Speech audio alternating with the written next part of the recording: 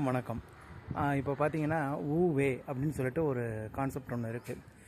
இது வந்து எதில் வருது அப்படின்னு பார்த்தீங்கன்னா, நம்மளுடைய போதி தர்மரெல்லாம் போய் தாவோயிசம் அப்படின்னு சொல்லிட்டு ஒன்று சைனாவில் கண்டுபிடிச்சாங்க இல்லையா? அதில் அந்த ஊவேங்கிற தத்துவம் என்ன சொல்லுது அப்படின்னு பார்த்தீங்கன்னா, அதாவது செயலின்மை, அதாவது செயல் செய்கிறோம் இல்லையா? ஒரு செயல் செய்கிறதுனுடைய உச்சம் வந்து செயலின்மை அப்படிங்குது.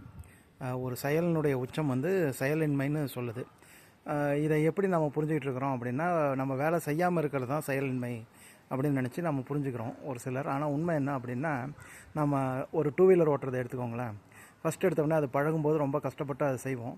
ஆனால் கொஞ்சம் கொஞ்சமாக அது ட்ரெயின் ஆகி நம்ம டூ வீலர் ஓட்ட ஆரம்பிச்சிட்டோம்னா கீர் தன்னால் கை கீர் போடும், தன்னால் ஸ்பீட் பிரேக்கரை பார்த்தா நம்ம பிரேக் அடிப்போம். ஆனால் மைண்டு வேறு எதையாவது யோசிச்சுட்ருக்கோம். அப்போ என்னென்னா செயல் நடக்குது, ஆனால் அது அது அது பார்த்திங்கன்னா நாம் செயல் அது தன்னால் நடக்குது. அந்த மாதிரியான ஒரு நிலையை நாம் ஒவ்வொரு செயல்லையும் அடையிறது தான் அப்படிங்கிறது. குறிப்பாக இந்த மனித பிறவியில் நாம் வந்து அடையிறது தான். செயல் தன்னால் நடக்குது, ஆனால் அது நாம் செய்யலை அப்படிங்கிற ஒரு சூழ்நிலையை வந்து நாம் அடையிறது தான் வந்து அந்த ஊவே அப்படிங்கிற கான்செப்ட் சொல்லுது. நாம்ளும் அதை நோக்கி போவோம் இந்த பிறவியில். நன்றி.